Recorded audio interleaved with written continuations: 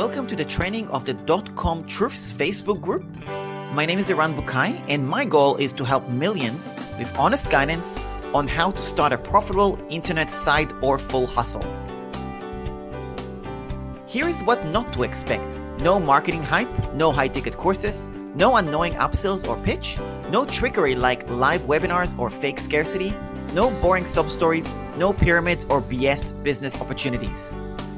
Even though this training is at no cost to you, nothing in the world is free. You either pay with your time or your money. You should expect each training to be under 20 minutes. I know this sounds like a lot, but I assure you each video was scripted to summarize the most important parts, edited to cut out the fat, and best efforts were made to make it engaging with B-rolls, graphics, and so on. With all that said, let's dive right in. So here's where you are right now, and you want to progress towards your goal. For example, you want to maybe work from home or your laptop, quit your 9-to-5 job, make extra money or full-time money, have time freedom, have location freedom, things along these lines. The truth is that to get there, it is really, really hard work, because if it was easy, everybody would be doing it. As a beginner, I have literally burnt thousands of dollars trying to figure things out. I am confident that if you simply pay attention to this training and follow it, I will save you from that pain of having to throw money down the drain. This training and process that I'll be sharing with you is applicable to 3 different types of people: the beginner, the service provider, and the expert. Robert Kiyosaki introduced the concept of the cash flow quadrant in his book, which in this case means the employee is the beginner to the online world, self-employed, which is the service provider or the expert in this case, the business owner, which is someone who has passive income systems and employees, and an investor. The cash flow quadrant is an easy way to categorize people based on where their money comes from. You need to be aware of these quadrants so at any given time you can see the stage you are in, and so you can focus on the steps required to make progress toward your financial goals. The employee, which in this case would be the beginner to the online world, is someone who is characterized by the fact that they are trading their own time for money. Now, because they only have 24 hours in a day, there is a limit to how much you can make. Even if you make a decent amount of money per hour and your company lets you stay back and put in the extra time, there is only so many hours you can put in. Self-employed people earn money working for themselves. These are people who want to be their own boss or like to do their own thing.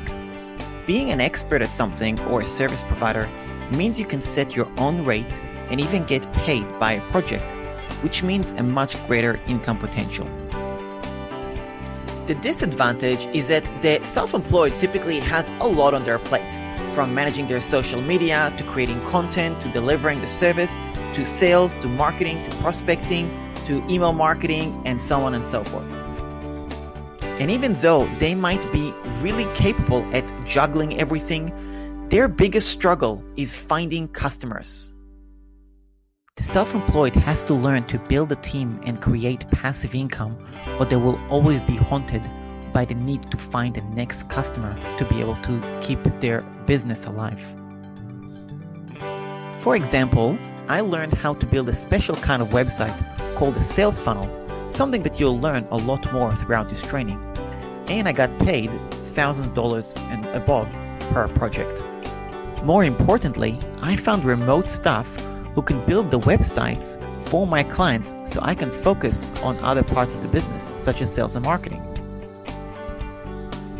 And I figured out how to integrate affiliate marketing into my freelance business so I continue to make passive income month after month. In his book, Robert defines wealth as the number of days you can survive without physically working or anyone else in your household physically working and still maintain your standard of living. Wealth is measured in time, not dollars. He also says in the book, It was time to focus on growing our assets to the point where the cash flow from all of our assets would be greater than our living expenses. When I understood this concept, I had a massive light bulb moment. The goal of every aspiring entrepreneur starting an internet business is to replace their living and business expenses with passive income. At the time, I was broke, with $55,000 in debt and in a 9-to-5 job, thanks to having just lost a 6-figure online business. By following this process, I've been able to transition from being an employee and quitting my 9-to-5 job to becoming self-employed as a service provider, building websites, sales funnels, etc., and transitioning to being a business owner, being debt-free and earning passive income that pays for everything. So whether you're a complete beginner to the online world, still an employee with no skills, or a service provider or an expert, you're going to want to transition to being a business owner who has passive income, people working for you, and systems set up to continue the operation even when you're not necessarily there. So this is what I did, and this is what I recommend is what you do as your first step. Number 1, write down your living and business expenses in full. 2, figure out what you can cut out as unnecessary expenses.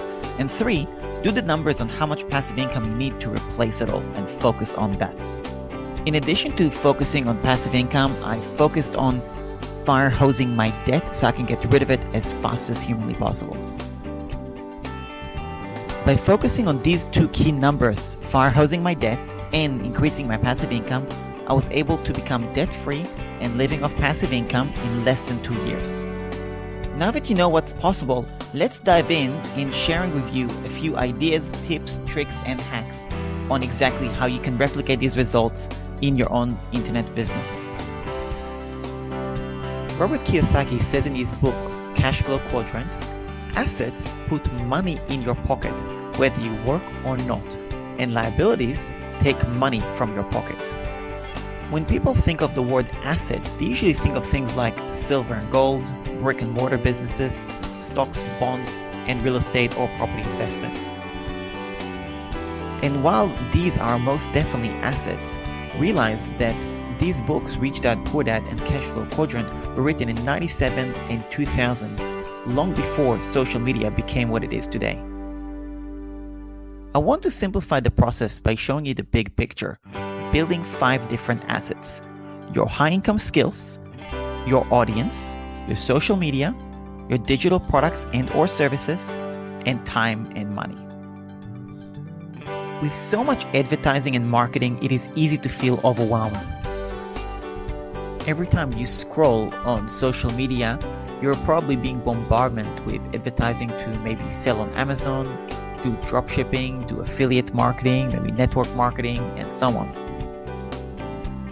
While it is true that there are many people who have had success doing those things, that does not mean that is what you should be doing.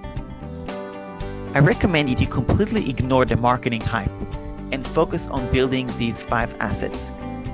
Any action you take that influences one will actually help by impacting the other, and this will start a flywheel effect. What is a flywheel in business? A flywheel is an incredibly heavy wheel that takes huge effort to push. Keep pushing and the flywheel builds momentum. Keep pushing and eventually it starts to turn itself and generate its own momentum. Time to take these theoretical concepts and show you a real life case study on these concepts in action. In January 2019, I paid $3,000 for dropshipping mentorship, included with 3 done-for-you stores that was built for me.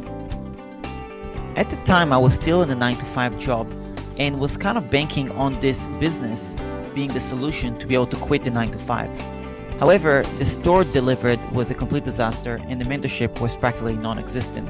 So I ended up figuring out how to build a Shopify store on my own.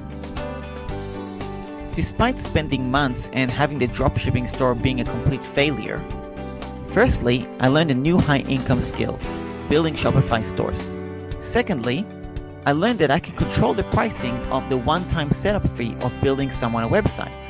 And thirdly, I learned that software companies such as Shopify and many others are happy to pay me a percentage of the monthly subscription from the referral I gave them.